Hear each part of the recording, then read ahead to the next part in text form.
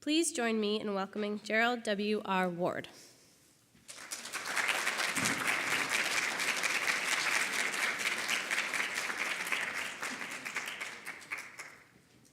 Well, thank you for the kind introduction, and good morning to all of you. I should perhaps point out I am running for a third term, so all contributions are gratefully accepted, except this time I'm unopposed, which gives me a decent shot at winning the thing again.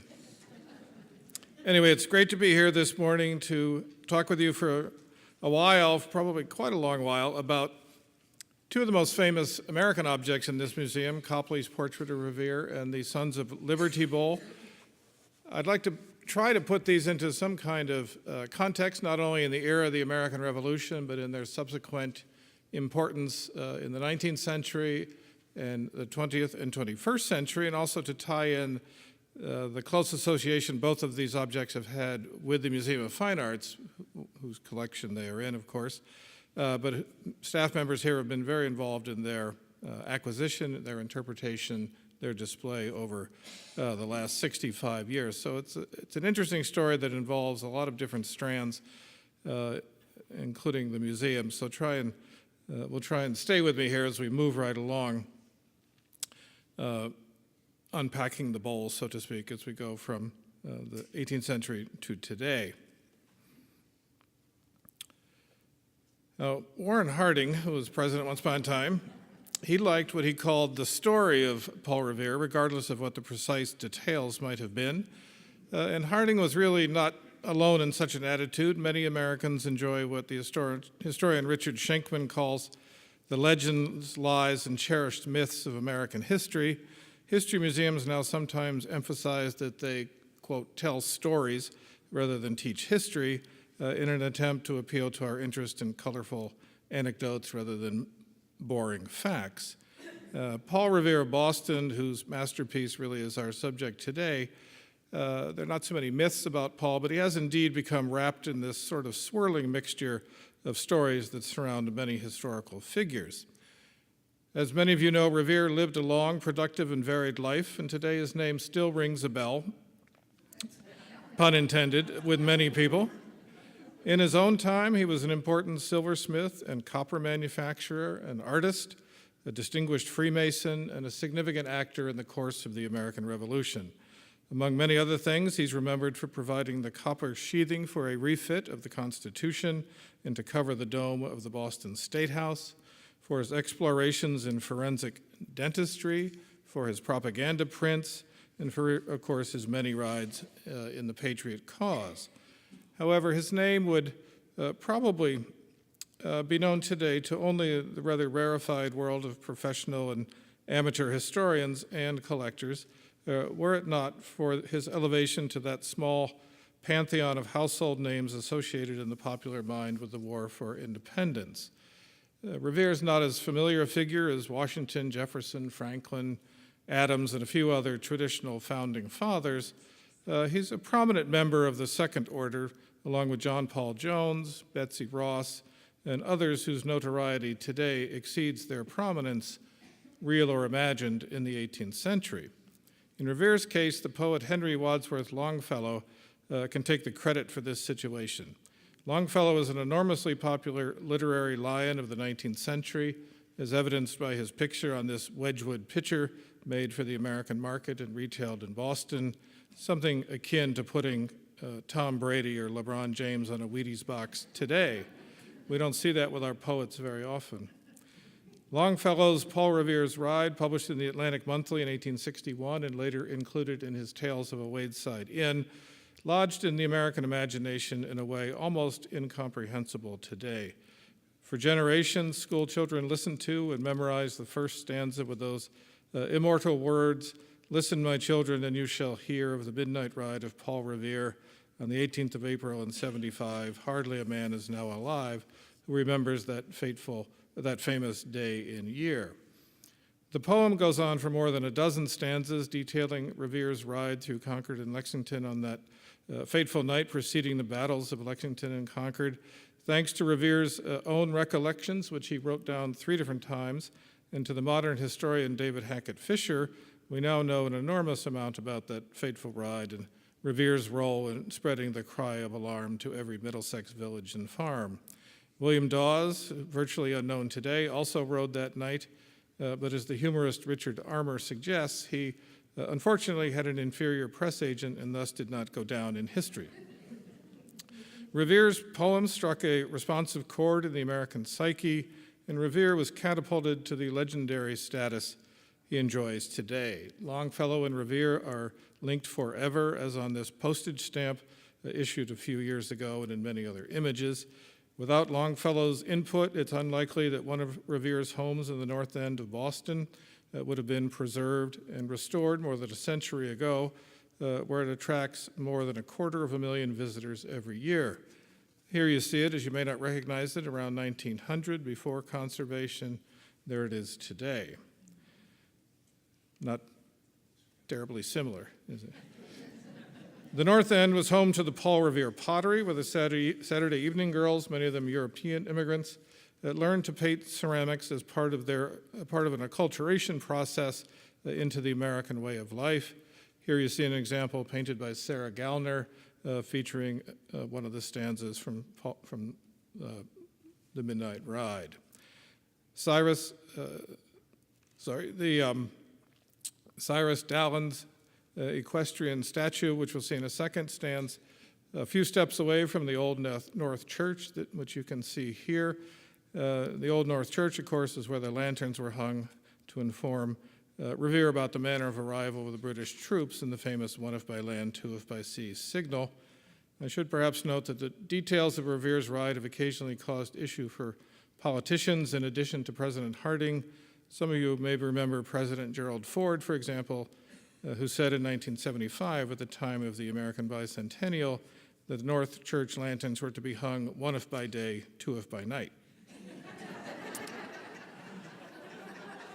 I heard him say that, so I know he said, I haven't found it. As I say, Cyrus Dallon, whose work you know for the Appeal to the Great Spirit out front of the museum, was the artist behind this equestrian statue of Revere that now stands in the North End as well. This was Dallon's first commission as an artist in the late 1880s, or early 1880s, 1883. He had to revise it 7 times, it being a work of public sculpture, and it was finally installed in 1940, as you see it here. Now, images of Revere have permeated American popular culture for a very long time. The Howard Spur Coffee Company of Boston, proprietor of Revere Coffee Mills and Revere Standard Java Coffee, sold their product in the 1890s in nice little pink paper bags bearing the trademark of the Midnight Ride. And the ride has been memorialized in postcards, postage stamps, as we saw, and even in a little golden book written by Erwin Shapiro entitled Walt Disney's Paul Revere in 1957, published in 1957. Grant Wood's iconic painting, The Midnight Ride of Paul Revere, which he did in 1931 and is now in the Met, has been used as a basis for furnishing fabric, a detail of which you see here. And eBay lists thousands of pieces of Revere souvenirs and collectibles on any given day, although many of those listed are for these wonderful Revere copper-clad cookware, or memorabilia related to Paul Revere and the Raiders, a popular 1960s rock band. Now, many items in this realm reference the Midnight Ride, but Revere's artisanal activity as a noted silversmith also rose in the public consciousness thanks to Longfellow, and it was evoked by many companies and craftsmen. As early as 1902, the Distinguished Toll Manufacturing Company of Newburyport produced an elegant flatware pattern known as Paul Revere and focused on his life in the advertising of their colonial revival silver. Some 20th century craftsmen working in the arts and crafts manner, including George Christian Gebeline, who made this set that you see here, and Arthur Stone, linked themselves with Revere's day job as an accomplished silversmith. They termed themselves the modern Paul Revere, keeping alive, as Gebeline put it, the making of fine silverware by the primitive hand methods of the craft. A few modern silversmiths, such as Stephen Smithers of Ashfield, Massachusetts, keep this tradition going, often referencing Revere's name in advertising or by being asked to create reproductions or associated work. Steve, who you see here in a not a very flattering picture, I realize, but it does show him working on a reproduction Liberty Bowl.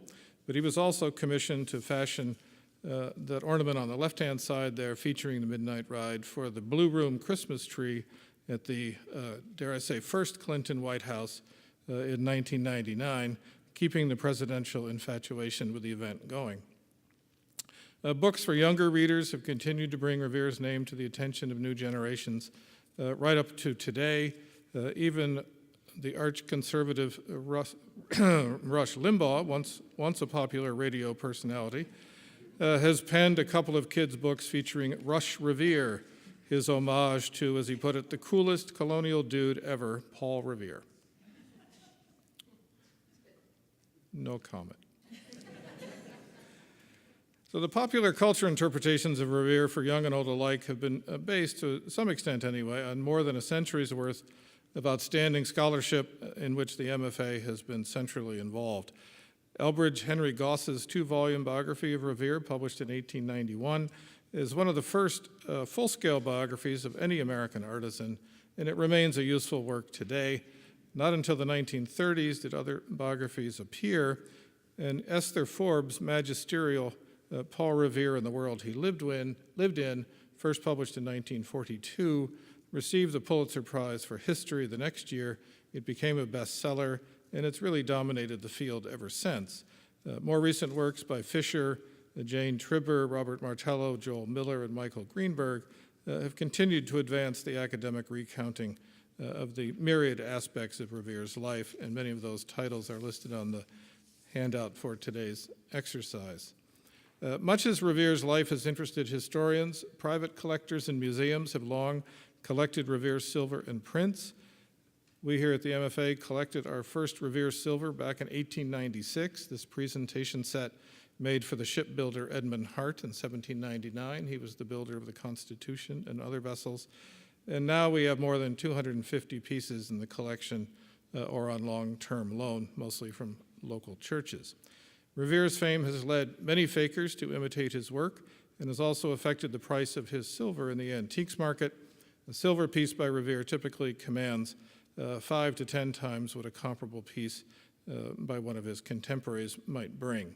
Revere's book plates, his propaganda prints, and other works on paper, such as The Bloody Massacre and others that we'll see, have been collected and prized for many years, and his cast bronze bells have also been the focus of a great deal of attention.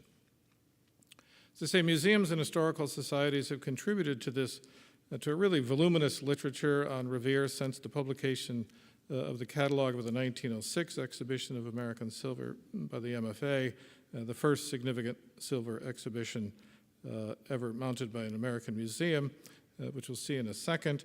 Katharine Buehler and Jonathan Fairbanks, who you see here, have been a central part of this story. Katharine, not quite for a century, but for a very long time. She was the doyenne of American silver scholars from the 1930s until her death in the 1980s. She featured Revere in many of her articles, books, and catalogs, and she did a great job in mining the Revere account books that remain in the family and are on loan to the Massachusetts Historical Society, carefully linking surviving objects with notations in the documents. Revere is discussed in nearly every publication on American silver, starting, as I say, with the 1906 exhibition here, the first exhibition of American silver, and really, I think, the first exhibition of American decorative arts of any kind in a museum setting was the first. The Liberty Bowl was included in that. It had wonderful display cases that we don't get to do anymore of this kind of massed array of silver objects. The real shifts in interpretation came in the 1970s and 80s, first with Wendy Cooper's Paul Revere's Boston here at the MFA, a show many of you might have seen, and later with Paul Revere, artisan, businessman, and patriot, an exhibition and catalog prepared by the Paul Revere Memorial Association under the direction of Patrick M. Leahy, and both of those works remain essential for an understanding of Revere's long and varied career in many fields. The analysis of the art of Boston silver by Pat Kane, of the silversmith's craft by my wife, Barbara Ward, and the summary biography by Deborah Fetterhen in Colonial Massachusetts Silversmiths and Jewelers, a biographical dictionary, an enormous tome published by the Yale Art Gallery in 1998, provide our most detailed look at Revere's silver in context today. And that massive opus also contains a checklist of more than 800 silver items by Revere known to survive, a compilation that's grown slightly in the intervening years. Subsequent studies by Janine Foligno of the MFA of Revere's Masonic connections and by Jonathan are contained in a conference report published in 2001 by the Colonial Society, and they've added to the record.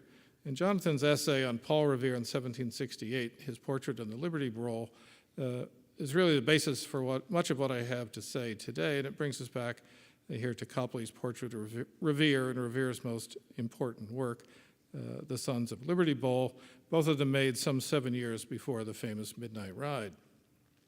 These iconic objects offer a glimpse of Revere's life as a successful colonial artisan in his mid-30s and as a nascent patriot willing to risk his neck by fashioning and marking a potentially treasonous object that, in essence, thumbed its nose at Parliament at a time when relations between colony and crown were rapidly deteriorating. Powerful as works of art in their own right, one is a very revealing character study, as you see here, by colonial America's most important painter, and the other a large, beautifully engraved punch bowl by Boston's best silversmith of his generation.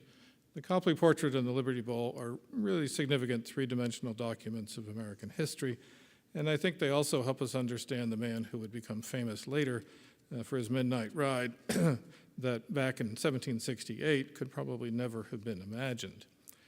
As Copley pictured Revere with his chin in his hand here, contemplating what to engrave on one of his teapots, he also appears to be pondering the future and what it might bring.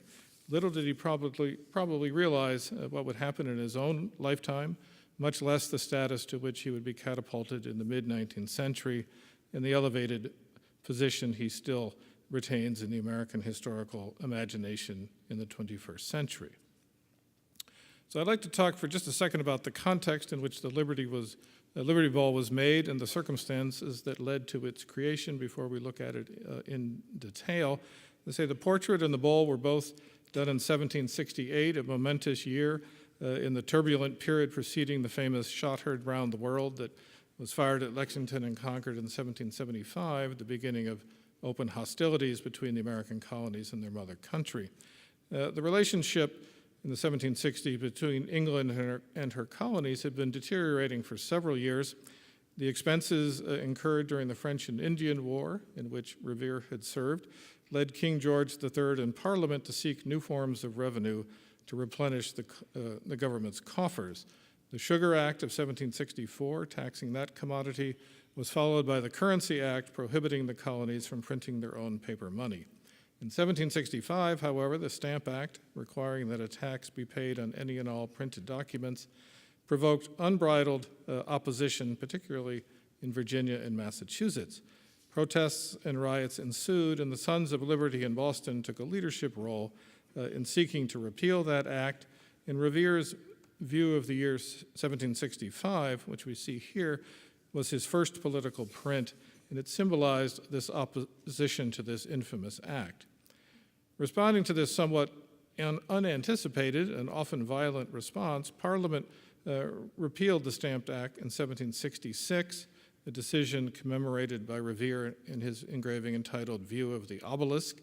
But in their wisdom, however, the British legislature passed new laws, including the Declaratory Act and the Townshend Duties in 1767, giving wider powers of taxation and specifically adding new taxes on lead, paper, paint, and perhaps most famously on tea. This irritated many people, as you can imagine, and provoked some response by the Massachusetts Legislature. The House of Representatives of the Massachusetts Bay met at the time in what is now called the Old State House, built in 1713. Here you see it in Nathaniel Hurd's print of 1751 in our collection. Here it is in kind of an evocative turn-of-the-century color postcard, where it still has a place of prominence in its locale, shall we say. And then here you see it as it is today, kind of hemmed in by skyscrapers, one of Boston's great buildings. So on February 11, 1768, the House passed a resolution authorizing this man, Thomas Cushing of Boston, their speaker, to issue a circulatory letter to other speakers of the houses and to houses of burgesses throughout the colonies, stating that these new taxes, you can see his letter summarized here, these new taxes were infringements of their natural and constitutional rights, because, as they are not represented in the British Parliament, those acts grant their property without their consent. In essence, this bold letter called upon the other colonists to join with the people of the Massachusetts Bay to resist taxation without representation. And this letter met with approbation from the other colonies. The New Hampshire House, I'm glad to say, for example, highly approved of its message and expressed the hope that it would help unite the colonies. But this circular letter naturally irritated and disconcerted King George III, who you see here, and Parliament, who interpreted it as an arrogant, unlawful, and dangerous act of resistance aimed to foment discord. Through their representative, Governor Francis Bernard, they called upon the Massachusetts House to, as they put it, rescind the resolution which gave birth to the circular letter from the Speaker and to declare their disapprobation of and dissent to that rash and hasty proceeding. Although the House asked for a recess to consider this matter, the governor refused to adjourn the session until they acted on the formal request of the Earl of Hillsborough, the British Secretary of State for North American Affairs, to recant their letter.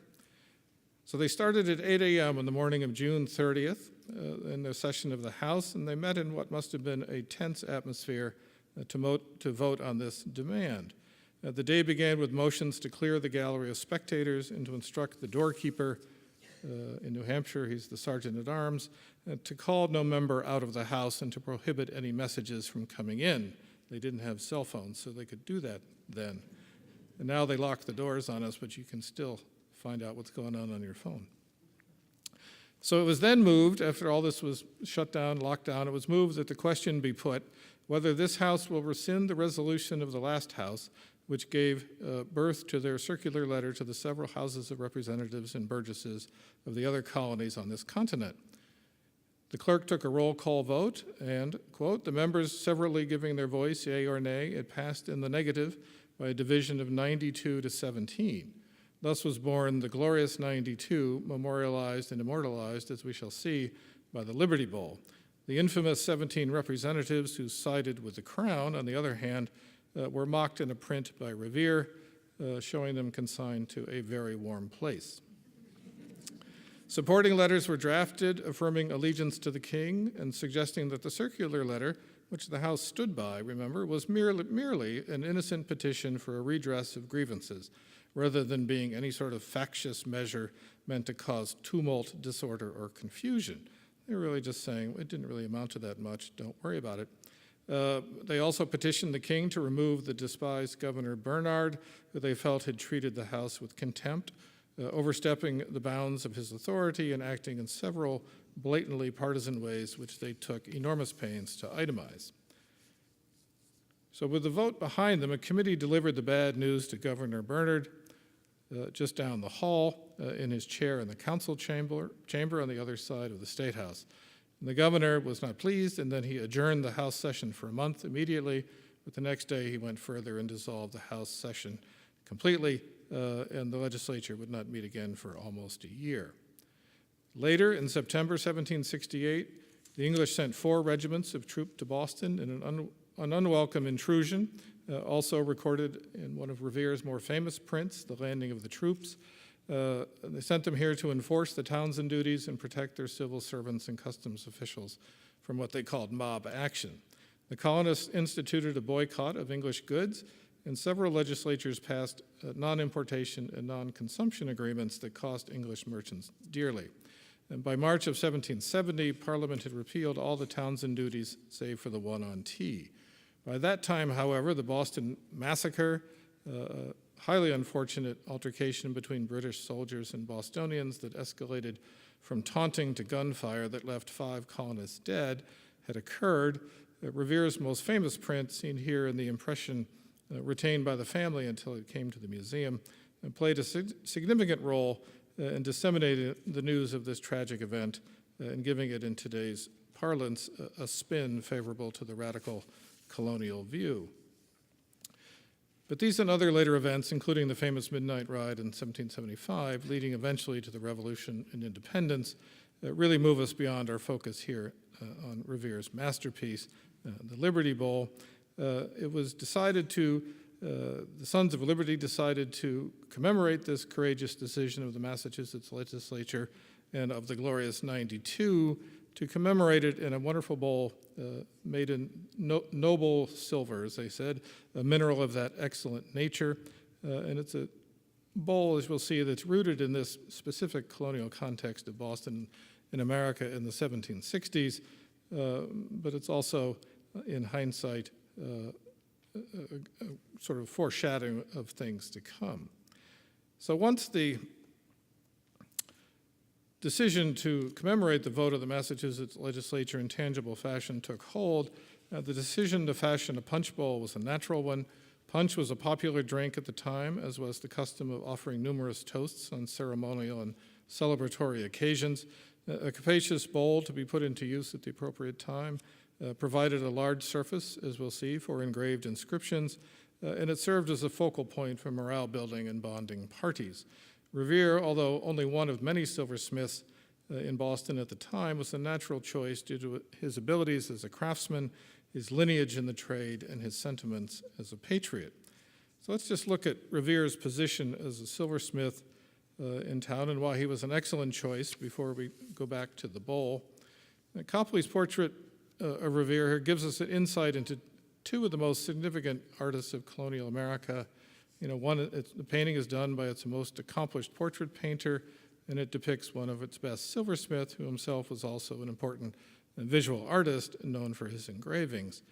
In 1768, both artist and sitter were young men. Copley was about 30 and Revere a few years older. Both were Boston-born, the sons of immigrants, and documents indicate that they had known one another for about the previous 5 years.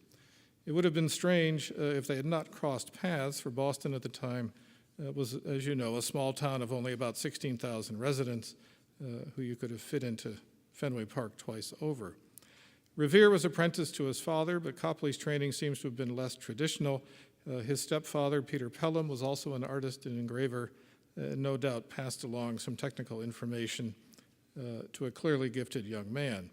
They began what would be their long and productive careers in their teens, but circumstances in the Revolution led them to take different paths. Revere spent his life living in the even then cramped North End, while by 1772, Copley moved westward to the Mount Pleasant estate on Beacon Hill. Revere seems comfortable with his station in life as an artisan, while Copley strove to be an artist with a capital A in the grand European manner, a tradition little recognized by Americans who valued realism more than painterly conceits. 2 years earlier, Copley had sent A Boy with a Flying Squirrel to London for exhibition, seeking the approbation of British artists and a more sophisticated audience. And I think it's fair to say that Copley was more interested in his career than in the rebels' cause, and he left Boston for England in 1774, and never to return, while the silversmith in due course became Paul Revere, the patriot. Copley was known for his penetrating, realistic depictions of merchants and magistrates and their wives. Only rarely did he paint craftsmen like Revere or small tradesmen, who usually occupied a lower rung on society's ladder and were not as inclined, nor could they necessarily afford, to have their portraits painted. It's not known how this portrait came into being, who paid for it, where it was hung, or what its frame looked like even. Only some 7% of Copley's American portraits were of this same 35 by 28 inch size. It may have cost about £7 to £9 based on other similarly sized examples of Copley's work painted at about the same time. And it probably took Copley a great deal of time to paint. He was known as a careful, slow artist. One sitter claimed that she had to sit for Copley for periods of 6 hours, as many as 15 or 16 times. So such a time commitment must have been difficult for a busy craftsman to accommodate. We don't know if Copley painted it in his studio on Cambridge Street or even perhaps at Revere's residence. Copley's portrait of Revere is often considered unique in colonial American painting in that it depicts an artisan at work rather than in genteel dress. A few years earlier, Copley painted Revere's fellow silversmith and engraver Nathaniel Hurd with a few armorial books, which were really tools of the trade, at his side, but he was dressed in a fashionable robe or banyan and cap. Copley had started but never finished a portrait of Hurd that showed him in shirt sleeves, but it's a rare exception. There are European precedents for portraits of craftsmen showing their wares in the image, but they're not common. So this unusual portrait has attracted much attention from art historians eager to interpret its sources, its composition, the objects it depicts, and of course the men it portrays. We won't go into all of them here, but every passage from the open collar of his shirt to Revere's fingernails, literally, has received its share of interpretation. Everyone agrees that Revere is shown holding a Rococo-style teapot in his left hand, resting on a pad filled with sand used to steady the object while engraving. His engraving tools, 2 burins and a tool with a needle at its end, used to scratch designs to be engraved, rest on a flat surface, often referred to as mahogany tabletop due to its reddish-brown color, but considered to be of marble or stone by at least one scholar, although neither mahogany nor marble makes a great deal of practical sense in a workshop setting. So with his chin in his hand there, wearing his own hair, as they say, not a wig, he appears to be contemplating what design to engrave, although that decision had probably been determined already in a discussion with the patron. It's not known exactly what Revere teapot is shown in the painting, if it is indeed meant to be one example of his work. It does closely resemble this one in the museum's collection, which is engraved with a handsome coat of arms of the Parsons family of Connecticut. Some other Revere type teapots of this period, while they share the same general form with a similar carved wooden handle, a cast finial, and an acanthus leaf applied to the tip of the spout, are enriched with chased or hammered scrolls and foliage that aren't seen in the portrait's teapot. Revere's clothing has also, if I go back one, intrigued many scholars. Some argue that its cleanliness, the white linen shirt, and what are seen as gold buttons by some on his vest indicate that Copley chose to show an idealized image of the artisan at work rather than wearing an apron as he probably would have in his shop. A later conjectural image from the 1930s, kind of an unfortunate depiction perhaps, not terribly flattering, is probably closer to indicating what the silversmith looked like while laboring at his craft, working on an anvil with his apron in his lap to preserve the silver filings. Other artists have had fun with Revere. This is one of my favorite postcard images where they show Revere as Michelangelo or Leonardo with his nice artistic hat on there, working at the bench. Some writers, including Jonathan, have suggested that, in his words, Copley seems to capture the political tensions of Boston in 1768. A teapot was a politically charged object at that time. Tea was imported from England and was taxed, as we heard. The linen shirt might have been made locally by Boston women as a protest against importing English cloth. Thus, Jonathan wonders if Revere's conspicuous shirt sleeve could represent wing or patriot loyalty, and if the teapot could be symbolic of Tory taste. Susan Rather has just issued a wonderful book on early American painting, concluded that in an earlier article that Revere appears as a man of thought and action, fully prepared to challenge British policy over the colonies.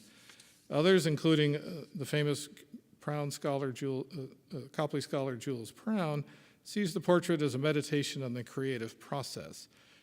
In his words, Revere ponders the problem of design, one hand cradling the globular teapot, the thing created, and the other supporting his chin, the source of mind and imagination. And recognizing that every portrait is also, to a degree, a self-portrait, rather contrasts the artist and the sitter, seeing the picture from Copley's point of view and what it meant in terms of his career. And many have commented that what seems at first sight to be a simple likeness becomes a reflective composition of surprising complexity.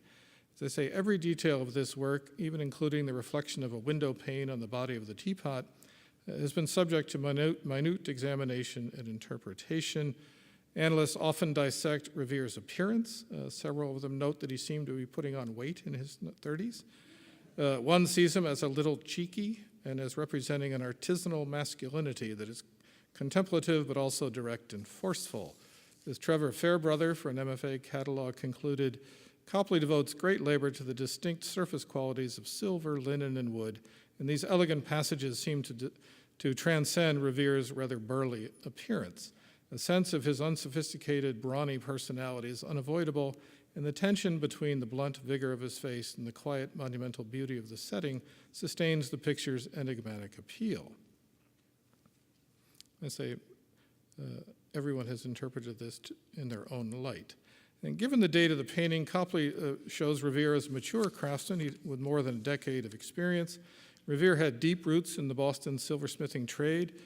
He was trained by his father, Apollos de Revere, a French Huguenot who had emigrated from France to Boston in the early 18th century. Revere anglicized his name to Paul Revere and was himself apprenticed initially to John Coney, Boston's leading silversmith of the late 17th and early 18th centuries. Coney died in 1722 when Revere Sr. was only about halfway through his term, and he finished his training under an as yet unidentified silversmith. Coney, in turn, as this little somewhat lame attempt at PowerPoint design attempts to show, Coney was probably apprenticed to Jeremiah of Dummer, the first native-born silversmith in New England. Dummer, in turn, had been apprenticed to John Hull and Robert Sanderson, colonial British America's first silversmiths and mint masters, who started their partnership in Boston in 1652. So as you can see, in a clockwise fashion, you go from Hull and Sanderson to Dummer to Coney to Paul Sr. to Paul Jr. Revere inherited his father's shop and practice after his father's untimely death in 1754, when he still had about 2 years left of the usual 7-year apprenticeship. He may have operated it under the aegis of his mother until he reached his majority in 1755. He married Sarah Orne in 1757, and by 1768, they already had 6 of their eventual 8 children. In a few short years, he had become one of Boston's leading silversmiths, as well as an active church member, Freemason, and soldier. He interacted frequently with other Boston silversmiths who often hired him to prepare unusual and distinctive forms, a recognition of his exceptional bench skills. Although he and all Bostonians were facing economic difficulties in the 1760s, he nevertheless made several ambitious works in the Rococo style in that decade, including this sugar bowl and creamer made for Lucretia Chandler in 1761, or this teapot in about the same time, made about 1765. Wonderful objects that form a counterpart to the great mahogany block front and Bombay furniture Boston's cabinet makers were making at the same time.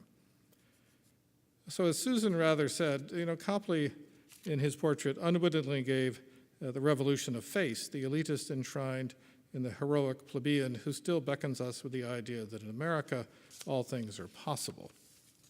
It took a while for that portrait to become as popular, to enter popular culture, as we'll see later on. But just to return to the bowl and to discuss its iconographic program, so to speak, you probably won't be able to make it out here in this image, but around the rim are engraved the names of 15 so-called associates. I won't read them all to you here. They were all from Boston, and many of them were sons of liberty, and they've been characterized as being primarily merchants of the middling sort, some craftsmen and small property owners, and they were all threatened by the English policies of the decade. At least 4 were patrons of Revere, and a Rococo coffee pot made by the craftsman and owned by William Mackey has survived. Two of them were silversmiths. One was a jeweler, and another was the brother of a silversmith. One associate, John Homer, apparently changed his mind a few years later and fled Boston for Nova Scotia as a loyalist in 1776. Presumably, the associates provided the necessary raw material, damaged coins, damaged objects, and other or out-of-fashion pieces to create the raw material to make the bowl. They probably stipulated the choice of a bowl, and they specified its characteristics. It was to weigh 45 ounces, an allusion to John Wilkes, as we'll see, and to hold 45 gills or gills of punch, probably rum punch, the Patriots' favorite drink. Punch bowls were not commonly made by Boston silversmiths at this time. The Liberty Bowl is the first bowl known to have been made by Revere, and it's far larger than any other example he's known to have produced. For the form of the bowl, Revere probably drew upon his knowledge of the form as he had seen it in imported European or Asian ceramics, or possibly in English silver. And he may have been familiar with this punch bowl in our collection, fashioned by William Holmes Sr. and presented to Thomas Dawes in 1763. It's a little smaller, has slightly different flair to the edge, but it's not unlike the Liberty Bowl in many ways. The bowl's weight gives us an approximate idea of its cost.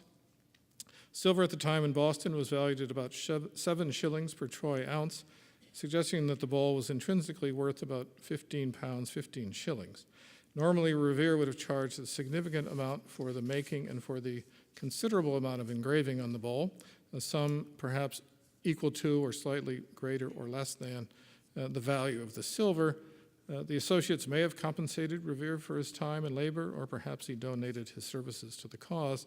In any event, the bowl was probably worth a total in excess of 30 pounds, a considerable sum at the time.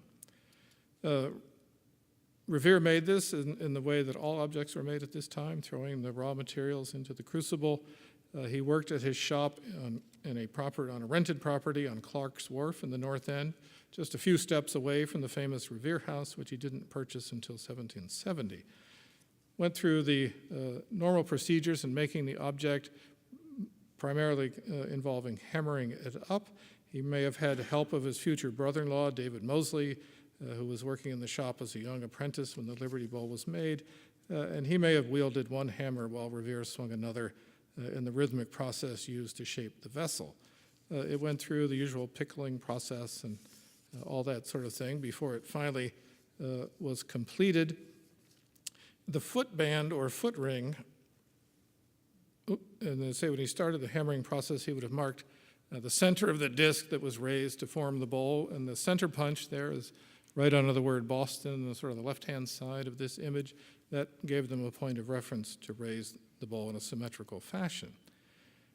So aside from the engraving, the foot band or foot ring is the only other major part of the object.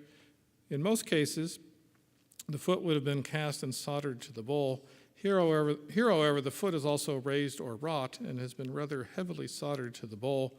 And Katharine Buehler was of the opinion that because of the necessity of maintaining the symbolic 45-ounce weight, Revere elected to use a wrought foot rather than a heavier cast one so he could make it come out right. In fact, I think designing a large bowl to precisely meet the mandated specifications of 45 ounces and 45 gills, that was a significant achievement for Revere. Revere's shop and tools have not survived, with the exception of a small spoon anvil with a good Revere family history now at colonial Williamsburg. The shop may have only been about 16 by 16 feet. It may have been in his house or in a separate structure, and it probably included a small retail space. Its interior looked a little bit like the, the aggregate view of a shop we saw just a few seconds ago. The symbolic meaning of the bowls conveyed through its elaborate and carefully planned engraved inscriptions, presumably executed by Revere himself, with the type of tools depicted in Copley's portrait that you see here in detail. He probably drew the designs on tracing paper and then transferred them to the bowl, scratching them initially with the little needle-ended tool shown in the painting, and then incising them with the gravers. You see the names of the associates are around the band, around the rim, permanently advertising their essential role, a very bold move linking them with this seditious statement. Front and center on one side, framed within leafy scrolls and below a liberty cap, is this famous inscription to the glorious 92 representatives who voted not to rescind on June 30th, 1768. This text contains the immortal reference to the insolent menaces of villains in power, my favorite phrase in all of politics, a swipe at Parliament and the British military, but a sentiment whose meaning is really still potent today in many contexts. The author of this bold and powerful inscription, as suggested by Jonathan, may have been Dr. Joseph Warren. I did some scholarly detective work to figure this out, which I won't go into here, but Warren was a close friend of Revere and a leader in the revolutionary movement. Dr. Warren was derided by the British as just a rascally apothecary, but he was known for his colorful attacks on Governor Bernard and other English officials. Here you see him as painted by Copley. He later sent Revere and Dawes off on their midnight ride. But his death in 1775 at the Battle of Bunker Hill ended what no doubt would have been an illustrious career in the new nation. And this is really one of the great losses among many of the Revolution. So one side of the bowl has primarily a text. It's the insolent menaces of villains text. The other side is devoted to more symbolic content that you can see here that expresses the concerns of the associates and the Sons of Liberty. The Englishman John Wilkes was given pride of place and was foremost in the minds of the associates.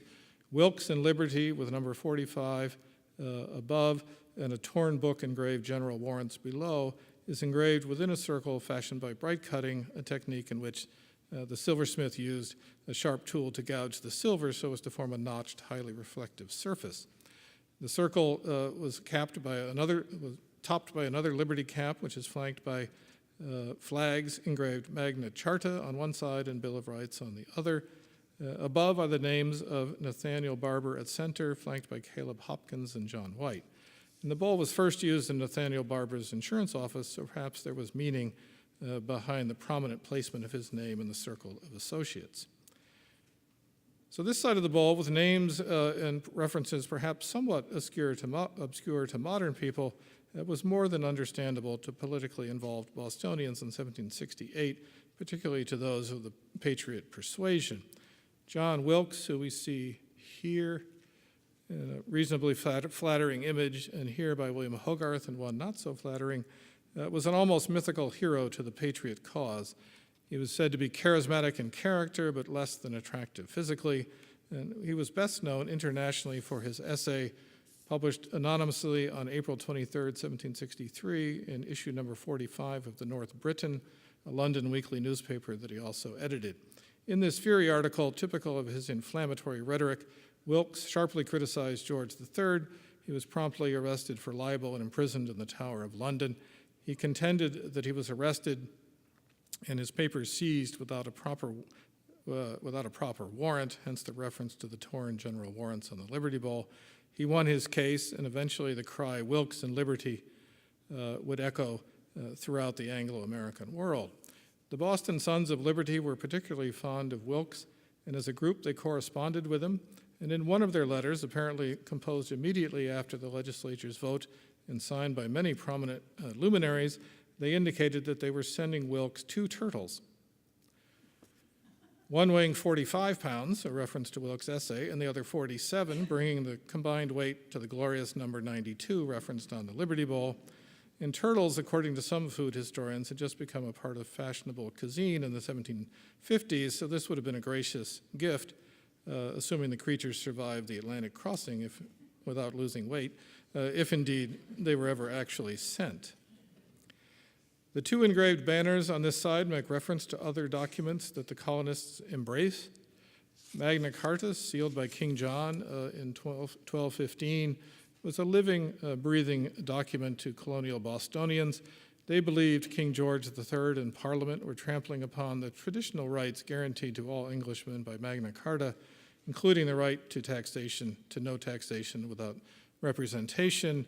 And you may remember seeing this, one of the 4 1215 exemplars lent to us by Lincoln Cathedral just a couple of years ago for an exhibition in the American Wing.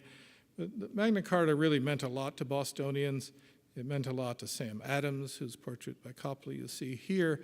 He was pointing to a number of documents in the portrait, but when Revere did this print, he made sure that you identified one of them as Magna Carta. The English Bill of Rights, adopted by Parliament in 1689 during the reign of William and Mary, would become one of the foundations for the Bill of Rights attached to the U.S. Constitution and ratified in the 1790s. And the citation on the bowl of these 2 foundational documents is a very strong reminder of the colonists' point of view. They saw themselves at this time as Englishmen, entitled to the rights that had been their sacred due for more than 5.5 centuries, even at that time. One of the other elements on there on both sides of the bowl is the Liberty cap, that ancient symbol of liberty that you see here on top of the staff, held by Wilkes in the Hogarth print. So it's quite a complex inscription story that they're telling there, but it meant a lot to people.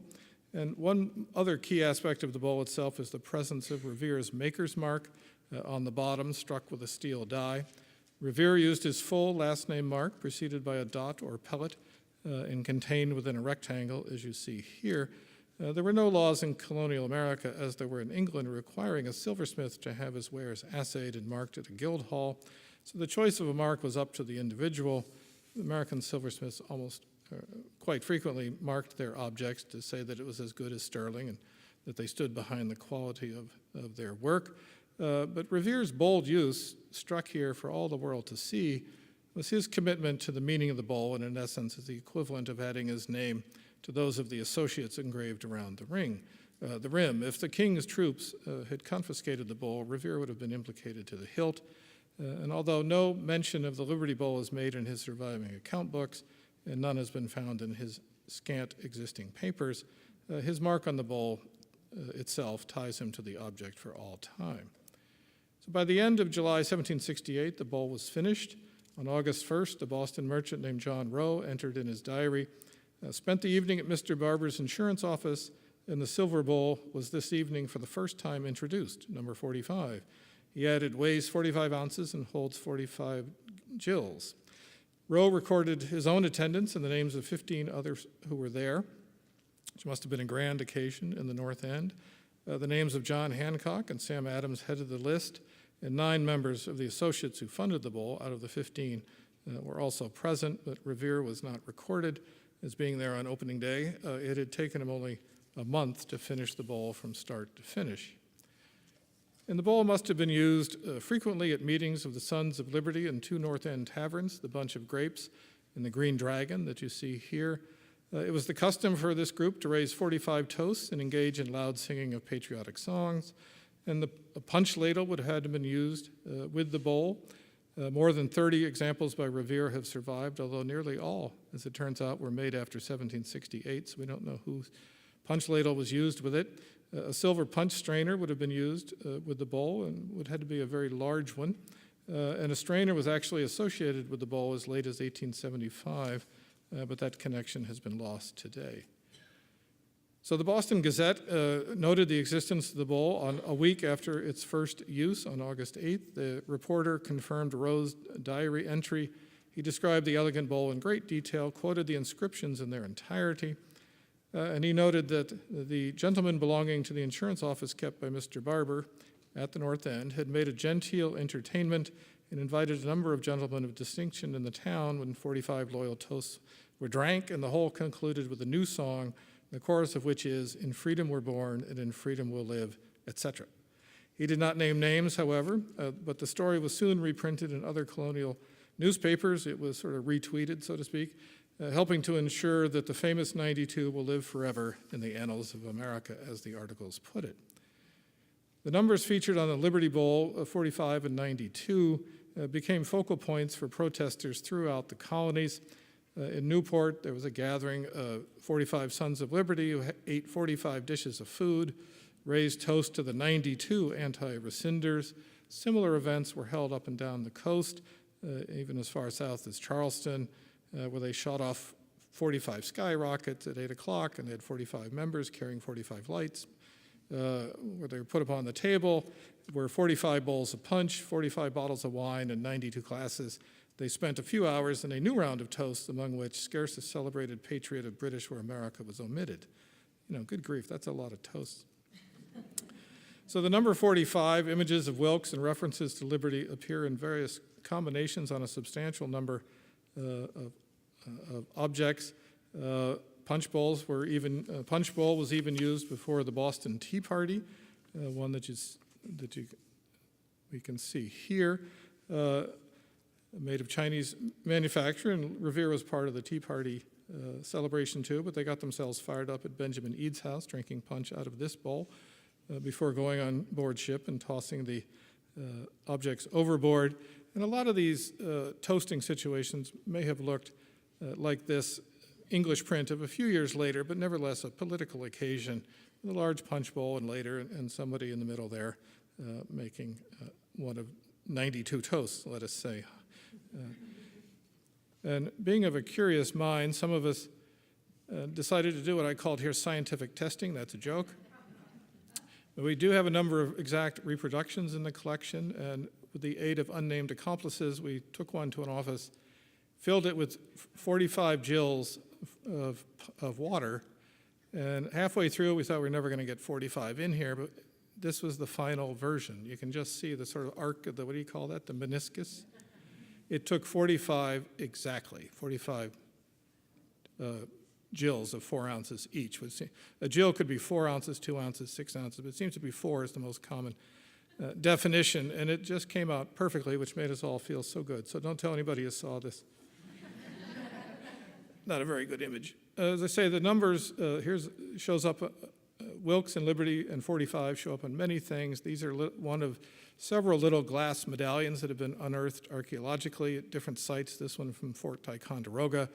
The only other object I know of referencing the 92 in American work is this little salt in the Yale collection engraved for the illustrious 92, not the glorious 92, an inscription that's always bothered me. It looks enormous there, but it's a tiny little object.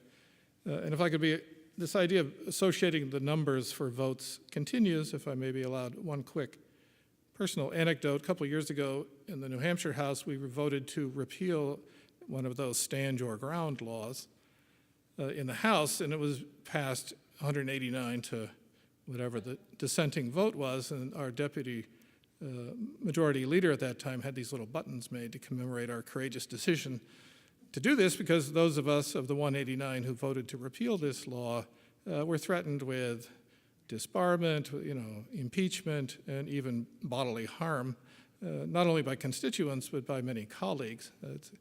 You may have heard of the Representative Al Baldassaro, who thought Hillary Clinton should be shot or executed. He said the electric chair would be fine too, but Al's part of this group. Anyway, so Steve made these buttons that I still proudly treasure. The Senate voted it down, so it didn't pass. So we still have that law in the great state of New Hampshire. So how did this thing, Revere went on to a great career in his life, making lots of federal period silver and so on, including a lot of important presentation pieces. But I think in many ways, the Liberty Bowl was really the high point of his career. It only had a life of about 15 years. By the time of the Treaty of Paris in 1783, its sort of potent political aspect was no longer necessary, and it went off to different members of the Associates, as we'll see. And it took a while for it to become a symbol of America in a way that few other objects have attained. It was known for a number of years, but it resurfaced in the late 1940s. And some of you may remember in 1948 and 49, the U.S. stood supreme in the world after the Allied conquest of Germany and Japan in World War II. We were out of the Great Depression by that time and enjoying a period of growth and prosperity. As always, it seems, new threats remained on the horizon, particularly at this time in the form of Soviet Russia and China, and the Cold War was in full force. The Truman administration targeted international communism as the nation's principal enemy, and the Truman Doctrine of the following year made the U.S. an active force in world affairs, evidenced by the Marshall Plan to provide aid and relief to war-ravaged Europeans. So there are a lot of international tensions were high when the Russians blockaded Berlin in 1948. The Soviet Union exploded its first atomic bomb in 1949. NATO was formed. Mao Zedong was taking over China, and so on. So everywhere, traditional democratic values seem to be threatened. Some things never seem to change. But against this backdrop, what was called a symbol of American freedom was indeed needed. And the Sons of Liberty Bowl became one tangible item that could represent the nation's love for truth, justice, and the American way in the face of this sort of Cold War issue. The bowl had been on the antiques market for any number of years. It was primarily known to silver collectors and connoisseurs in the Northeast. It was nearly taken away from New England by New York, which would have been, I think, on a disaster on a par with selling Babe Ruth to the Yankees in 1920. But anyway, this time when the Liberty Bowl became available again in the 1940s, the citizens and school children of Boston rose to the occasion and acquired this national treasure for the city where it had been made and where it meant so much. The Copley portrait followed a path to the museum as well, as we'll see. The family was not, it came in 1930 when it was given along with this Stuart portrait of the elder Revere. The Revere family allegedly liked this much more than the portrait of Paul in his shirt sleeves. This was a more dignified one, and they kept a pretty tight lid on reproducing images of the Copley portrait for many years. It was, as the tradition goes, that it lay neglected in the family's attic for many years. They did lend it from time to time, including to a major exhibition in 1875 of Revolutionary relics held at 56 Beacon Street, and it was joined there by the Liberty Bowl, probably the first time the two objects had been together for a century. The Liberty Bowl, as a family possession, followed a different trajectory. It went to one of the 15 associates, William Mackey, who bought out the other initial partners, and a lot of this history is engraved on the bowl itself. It descended in the Mackey family to a grandson, and then to Robert Caldwell Mackey of Boston in 1873. It had gained some notoriety. It had been exhibited at Mass Historical in 1873 where Dr. George Ellis was part of a meeting that recognized the centennial of the Boston Tea Party. They viewed it, as he said, with more than ordinary interest by the members. He described the bowl in great detail, down to its weight and capacity, went through its entire history in similar detail, and he was very interested in its use for punch as opposed to imported British tea. It was lent to a number of centennial exhibitions in Boston in 1875 and again in 1876, but I think it remained known to only a fairly small circle of people.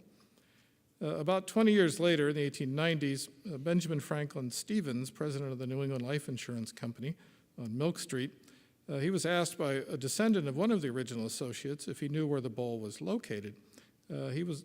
Stevens was a local antiquarian of some renown, and he was very interested in this. He didn't know the answer, but he read out this letter of inquiry from Marston in his office, and someone pointed out to them, by the way, that a clerk that the owner of that punch bowl is a direct descendant of William Mackey, one of the original 15 Sons of Liberty, for whom Paul Revere made it, and he's a clerk in your office. So he tracked the bowl down.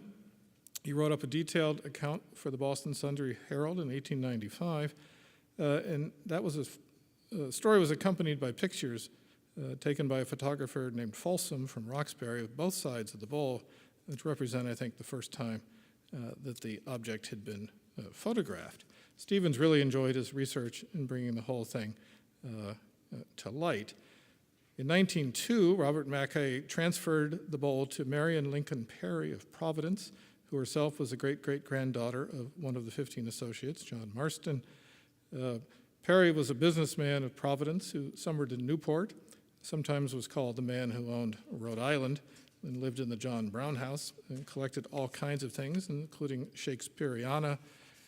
Perry and his wife featured the Liberty Bowl at dinner parties they hosted with a sort of elaborate late Victorian or Edwardian meals and so on, and you wonder if they used the Liberty Bowl at those events.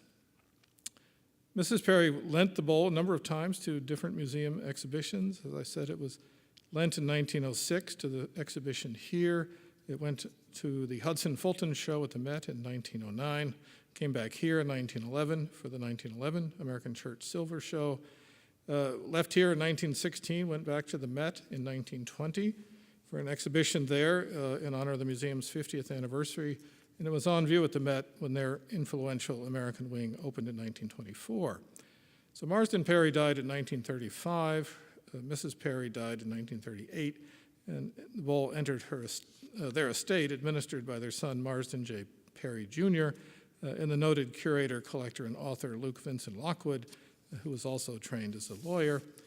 And it goes on for a long time, but the arts and crafts silversmith, George Christian Gebeline, was called in by the executors to appraise the Liberty Bowl, then in a bank vault in Providence, probably with the idea of establishing a market or insurance value.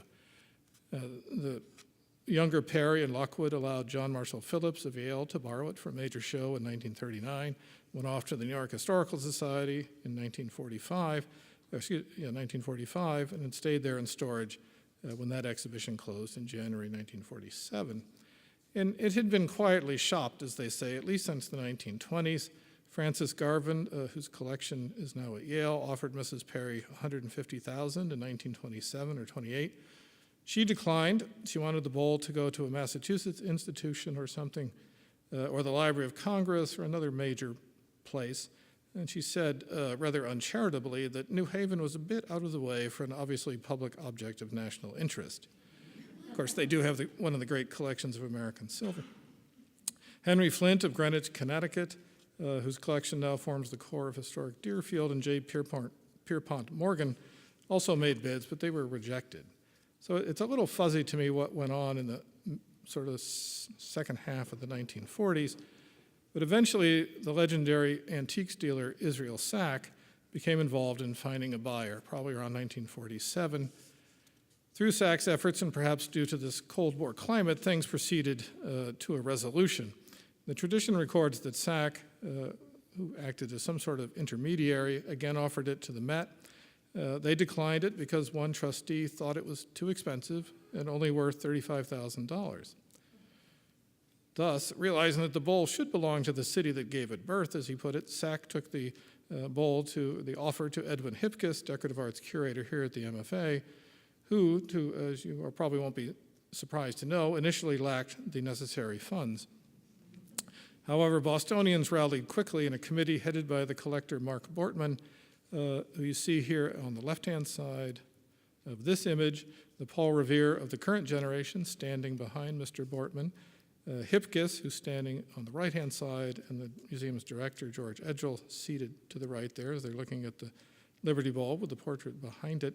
They went out of their way to form a committee and raise the necessary monies to bring it back here. The museum was, towards the end, was a little short of cash, but they managed to get the asking price of $56,000 lowered to $52,500. Harold Partridge of a jewelry firm in Boston brokered the deal, and he reduced his commission by $1,500 to help in the cause. The superintendent of public schools at that time, Dennis Haley, asked each of his principals to, as he said, provide a collection box for each room on Tuesday morning, December 7th, 1948, a date I'm sure chosen consciously so kids could bring in their nickels and dimes. And George Edgell, the director, said, "It pleases us especially that thousands of school children have contributed to the fundraising effort, including the donation of 50 cents from a little girl stirred by the story of Paul Revere." Edgell also felt compelled to note that the museum has rightly been the largest single contributor. The bowl was given the museum accession number 4945, 49.45, 49 for the year 1945, and the 45 for the 45th object acquired that year. I suspect there was some shenanigans that went on to make sure that that happened. But, all those references to the bowl's weight, its capacity, and to other aspects of the bowl. The state legislature got involved. There was a ceremony at the State House officially transferring the bowl to the museum. Tip O'Neill was Speaker of the House at that time. And the proceedings were all published in a nice booklet where the state librarian at the time, Dennis Dooley, said the Liberty Bowl is comparable to the Declaration of Independence and the Constitution as a national treasure. In a nice bit of civic chauvinism, he correctly opined that the Liberty Bowl actually surpasses the Liberty Bell in its direct connection with the fight for liberty in America. Bortman really was the hero of this process. Here you see him again, I think in front of a really bad copy of the Copley portrait. He was the hero of this thing and raising money, I think, and getting this acquired for the museum. He was a Jewish immigrant from Romania. He became a successful businessman in the plastics industry, and throughout his life, he had a keen interest in American history and in American silver. He was exceptionally civic-minded and a generous philanthropist to many organizations, and later served as President Eisenhower's chair of the People to People program, which he's recognizing here, an ongoing effort to promote cultural understanding throughout the world. So with Mr. Bortman's leadership and the involvement of the entire Boston community, they completed these complicated negotiations and brought the bowl to the museum. The director noted in 1949 that the bowl now belongs to us all, and it will be held in honor always and honorably exhibited. And I think that promise has indeed been kept. Hipkiss initially placed it in the upper rotunda with a Copley portrait above and behind it and flanked by patriotic flags. And as you can see here, it was all by itself in this tall columnar vitrine, the image of its maker suitably enshrined right behind it for an adoring public to celebrate and perpetuate this American love of liberty, both in the 18th century and in 1949. I love this image that was sent to us not too long ago by the little girl who's seen here, who's now probably older than I am, but that's she and her mother and a museum representative looking at the bowl there in the rotunda in 1949. Over the years, the bowl and the portrait have almost always been on view at the museum, although often housed in separate galleries. The portrait's been lent sparingly to some special exhibition, but the Liberty Bowl does not travel. Today, they are displayed together in the Art of the Americas wing, opened in November 2010, in a manner that's consciously evocative of their initial display together in 1949. And there, they're surrounded by portraits of Adams and Warren and Hancock and Mercy Otis Warren, along with other silver by Revere and others, and outstanding furniture, Boston furniture of the Revolutionary era. I think, as many of you know, reproductions of the Liberty Bowl have been made and are now commonplace trophies and nut dishes and candy dishes and made in all kinds of materials and all kinds of sizes. We won't go into those. But the Liberty Bowl still, and the Midnight Ride still have some sort of appeal in the 21st century. Maybe appeal is not the right word, some sort of relevance in the 21st century. Politicians seem to have an enormous amount of trouble with the ride. You can read that yourself, perhaps, something about, don't know what she was talking about there, but that's not uncommon. This quotation has been verified on the internet. Everything on the internet is correct, as you know. But I have seen it. Maybe she was referring to something like this satirical print, where it kind of looks like a Model T being drawn by a horse riding through Concord and Lexington and so on. But it's become part of the sort of the national language, a real icon of American culture. It even showed up recently in a New York, the ride showed up in a New Yorker cartoon, kind of a reverse thing on the whole thing, referring to Brexit. Copley's portrait has been used as possibly as an advertisement by the Boston Beer Company for Sam Adams beer, although I gather that's somewhat controversial. It was modified and turned into a trading card, like a baseball card, in the early 1950s, and the portrait's become a meme on the internet, photoshopped to show Revere wearing a Patriots helmet, a Bruins jersey, holding the Stanley Cup, doing a face palm, as we'll see, modified to look like Jack Black, who he really does resemble, and so on and so forth. And you can really only, you can just imagine in your own mind what Paul thought of this.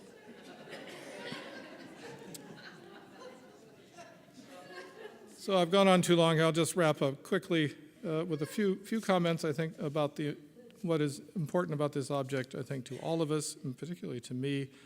And one great thing about museum collections is that we preserve these original works so that every generation can reinterpret them, return to them anew, and to learn from and re-examine them in their own terms as time unfolds. And like all works of art, each has manifold meanings to different audiences.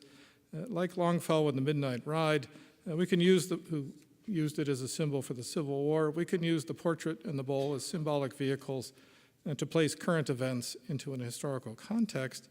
But it's important not to lose sight of the material objects, these tangible entities that started the long process that has enshrined Revere in the story, in the American, as I say, story, as Warren Harding would put it. The Sons of Liberty Bowls, really the name of the object, but it's often shortened to simply Liberty Bowl, thereby broadening its meaning. As such, it has become one of the key symbols of American liberty. That term liberty, embedded in the Constitution and the Pledge of Allegiance and omnipresent in political discourse, has meant many different things to different people. Revere and the Sons of Liberty, in their specific place and specific time, were seeking to preserve their traditional rights as Englishmen from the tyranny of the English government. They were not, however, contemplating the liberty of enslaved peoples, of Native Americans, or even of women. Those struggles and many others would come later, and they continue with us today. They did recognize that liberty is fragile, that it can be taken away as easily as it can be granted.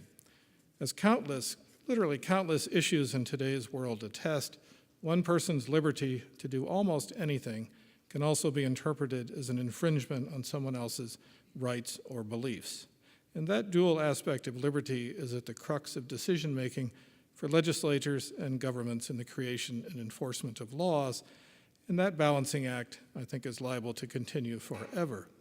As the inscription on the bowl indicates, lawmakers must have a strict regard to conscience and the liberties of their constituents.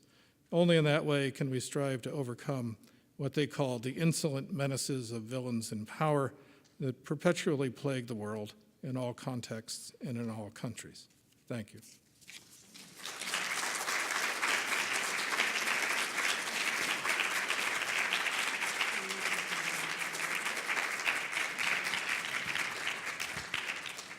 We have time for a few questions. Please raise your hand and I'll bring the mic to you. I don't want to stand in the way of lunch for anyone.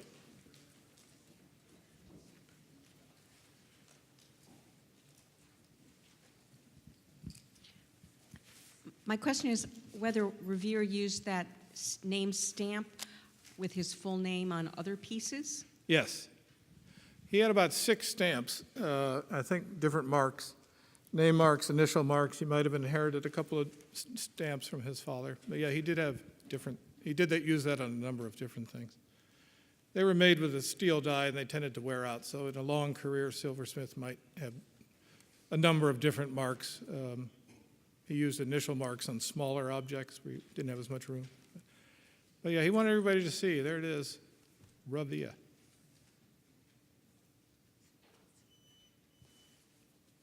All right, thank you very much. Well, thank you. You guys are easy. Thank you.